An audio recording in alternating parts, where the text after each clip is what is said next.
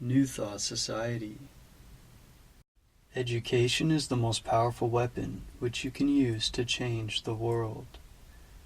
Nelson Mandela. Introduction, Part 23. In the part which I have the honor to transmit here with you, you will find that money weaves itself into the entire fabric of our very existence, that the law of success is service, that we get what we give, and for this reason we should consider it a great privilege to be able to give. We have found that thought is the creative activity behind every constructive enterprise. We can therefore give nothing of more practical value than our thought. Creative thought requires attention, and the power of attention is, as we have found, the weapon of the Superman. Attention develops concentration, and concentration develops spiritual power, and spiritual power is the mightiest force in existence. This is the science which embraces all sciences. It is the art which, above all arts, is relevant to human life. In the mastery of this science and this art, there is opportunity for unending progression. Perfection in this is not acquired in 6 days, nor in 6 weeks, nor in 6 months. It is the labor of life. Not to go forward is to go backward. It is inevitable that the entertainment of positive, constructive, and unselfish thoughts should have a far-reaching effect for good. Compensation is the keynote of the universe. Nature is constantly seeking to strike an equilibrium. Where something is sent out, something must be received, else there should be a vacuum formed. By observance of this rule, you cannot fail to profit in such measure as to amply justify your effort along this line. The money consciousness is an attitude of mind. It is the open door to the arteries of commerce. It is the receptive attitude. Desire is the attractive force which sets the current in motion, and fear is the great obstacle by which the current is stopped, or completely reversed, turned away from us. Fear is just the opposite from money consciousness. It is poverty consciousness. And as the law is unchangeable, we get exactly what we give. If we fear, we get what we feared. Money weaves itself into the entire fabric of our very existence. It engages the best thought of the best minds. We make money by making friends, and we enlarge our circle of friends by making money for them, by helping them, by being of service to them. The first law of success, then, is service, and this in turn is built on integrity and justice. The man who at least is not fair in his intention is simply ignorant. He has missed the fundamental law of all exchange.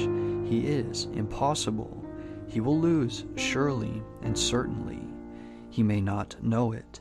He may think he is winning, but he is doomed to certain defeat. He cannot cheat the infinite. The law of compensation will demand of him an eye for an eye, and a tooth for a tooth. The forces of life are volatile. They are composed of our thoughts and ideals, and these in turn are molded into form.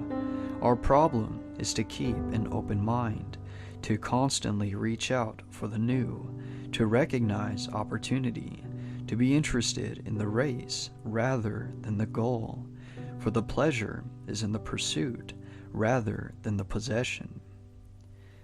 You can make a money magnet of yourself, but to do so, you must first consider how you can make money for other people. If you have the necessary insight to perceive and utilize opportunities and favorable conditions and recognize values, you can put yourself in position to take advantage of them. But your greatest success will come as you are enabled to assist others. What benefits one must benefit all. A generous thought is filled with strength and vitality. A selfish thought contains the germs of dissolution. It will disintegrate and pass away. Great financiers are simply channels for the distribution of wealth. Enormous amounts come and go, but it would be as dangerous to stop the outgo as the income. Both ends must remain open. And so our greatest success will come as we recognize that it is just as essential to give as to get.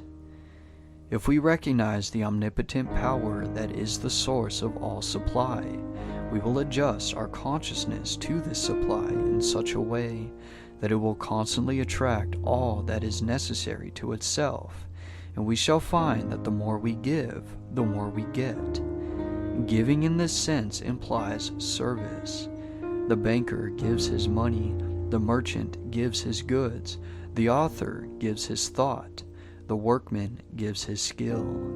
All have something to give, but the more they can give, the more they get, and the more they get, the more they are enabled to give. The financier gets much because he gives much. He thinks. He is seldom a man that lets anyone else do his thinking for him. He wants to know how results are to be secured. You must show him. When you can do this, he will furnish the means by which hundreds or thousands may profit, and in proportion as they are successful will he be successful. Morgan, Rockefeller, Carnegie, and others did not get rich because they lost money for other people. On the contrary, it is because they made money for other people that they became the wealthiest men in the wealthiest country on the globe. The average person is entirely innocent of any deep thinking. He accepts the ideas of others and repeats them in very much the same way as a parrot. This is readily seen when we understand the method which is used to form public opinion, and this docile attitude on the part of a large majority who seem perfectly willing to let a few persons do all their thinking for them is what enables a few men in a great many countries to usurp all the avenues of power and hold the millions in subjection. Creative thinking requires attention. The power of attention is called concentration. This power is directed by the will. For this reason, we must refuse to concentrate or think of anything except the things we desire. Many are constantly concentrating upon sorrow, loss, and discord of every kind. As thought is creative, it necessarily follows that this concentration inevitably leads to more loss, more sorrow, and more discord. How could it be otherwise? On the other hand, when we meet with success, gain, or any other desirable condition, we naturally concentrate upon the effects of these things and thereby create more, and so it follows that much leads to more. How an understanding of this principle can be utilized in the business world is well told by an associate of mine. Quote, "Spirit, whatever else it may or may not be, must be considered as the essence of consciousness, the substance of mind, the reality underlying thought. And as all ideas are phases of the activity of consciousness, mind, or thought, it follows that in spirit, and in it alone, is to be found the ultimate fact, the real thing, or idea." End quote. This being admitted, does it not seem reasonable to hold that a true understanding of spirit and its laws of manifestation would be about the most practical thing that a practical person can hope to find?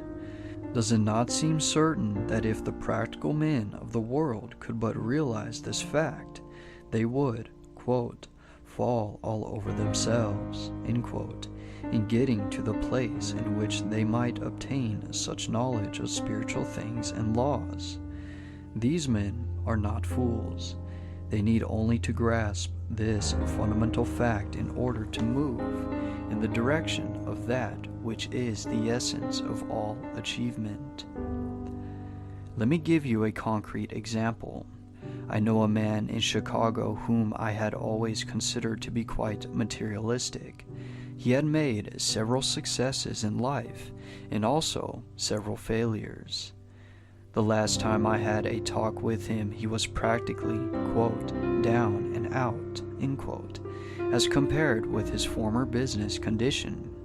It looked as if he had indeed reached, quote, the end of his rope, end quote, for he was well advanced into the stage of the middle age, and new ideas came more slowly and less frequently to him than in former years. He said to me, in substance, quote, I know that all things that work out in business are the result of thought. Any fool knows that. Just now I seem to be short on thoughts and good ideas, but if this all-mind teaching is correct, it should be possible for the individual to attain a direct connection with infinite mind. And in infinite mind, there must be the possibility of all kinds of good ideas, which a man of my courage and experience could put to practical use in the business world, and make a big success thereof. It looks good to me, and I am going to look into it. End quote. This was several years ago.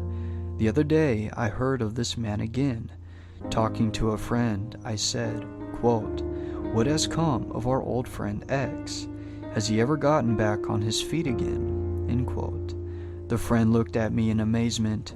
Quote, why? Said he. Don't you know about X's great success? He is the big man in the blank company, naming a concern which has made a phenomenal success during the last 18 months and is now well known by reason of its advertisements from one end of the country to another and also abroad. He is the man who supplied the big idea for that concern. Why, he is about $500,000 to the good and is moving rapidly toward the $1 million mark, all in the space of 18 months. End quote. I had not connected this man with the enterprise mentioned, although I knew of the wonderful success of the company in question. Investigation has shown that the story is true, and that the above stated facts are not exaggerated in the slightest. Now, what do you think of that?